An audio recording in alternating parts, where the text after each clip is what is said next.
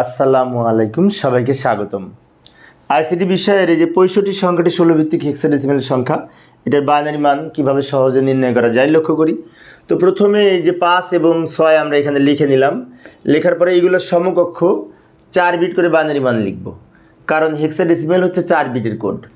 তো 4 bit binary মান আমরা এখানে একটু রাফ করে বের করে নিতে পারি। এই যে 8421 এই কোড ধরে খুব সহজেই 4 বিট বাইনারি মান বের করা যায়। যেমন আমি 6-এর মান যদি বের করতে চাই, তো দেখতে হবে কোনটা কোনটা যোগ করে 6, যে মাঝের দুইটা যোগ করে 6, 4 আর 2, সেজন্য মাঝের দুইটা 1 হবে, আর যেগুলো যোগ করার দরকার নেই তার মান 0 হবে। এটা হচ্ছে 6-এর 4 বিট বাইনারি মান। এবার 5-এর মান কত হবে?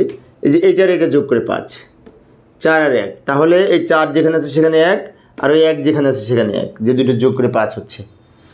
এই দুটো এটা হচ্ছে 5-এর নিচে লিখব।